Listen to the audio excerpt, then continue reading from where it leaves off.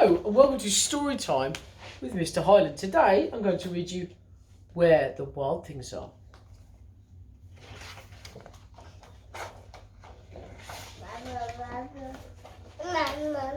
And this is Jude, and he has decided to read Bog Babies today as well. Where the Wild Things Are.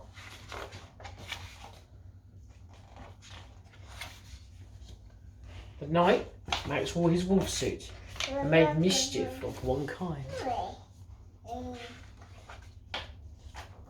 another.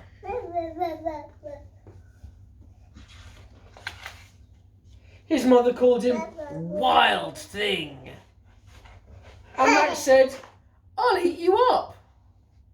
So he was sent to bed without eating anything. That night, in Max's room, a forest grew and grew and grew until his ceiling hung with vines and the walls became the world all around.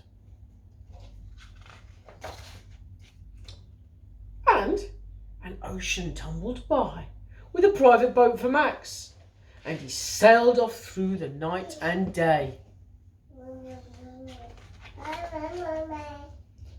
And in and out of weeks, and almost over a year, to where the wild things are.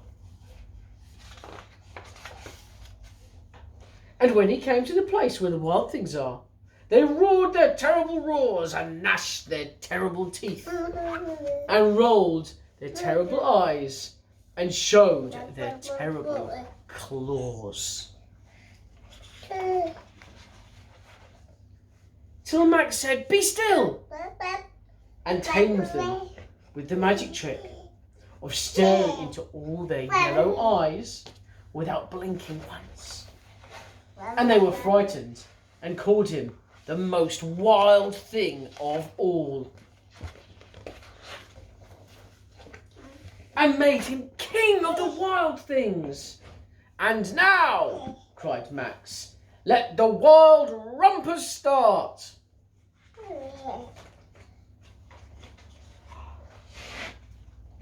And there they are, having their wild rumpers, having a dance, having a boogie, swinging from the trees.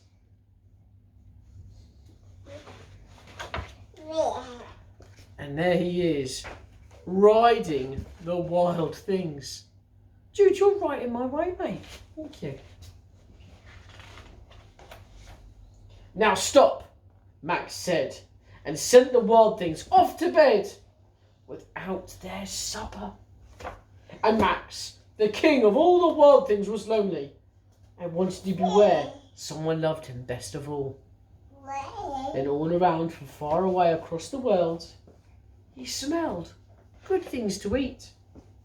So he gave up being king of the wild things, where the wild things are.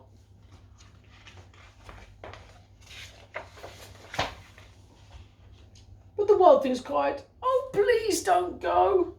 We'll eat you up. We'll love you so." And Max said, "No."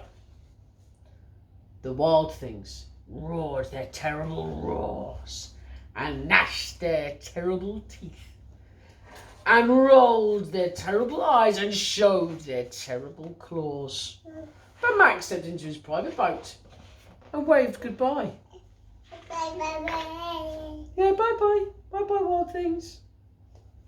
And sailed back over a year, and in and out of weeks, and through a day, and into the night of his very own room, where he found his supper waiting for him. And it was still hot. The end. That was Where the Wild Things Are. Excellent. Right, well, come back tomorrow for another story from Mr. Highland.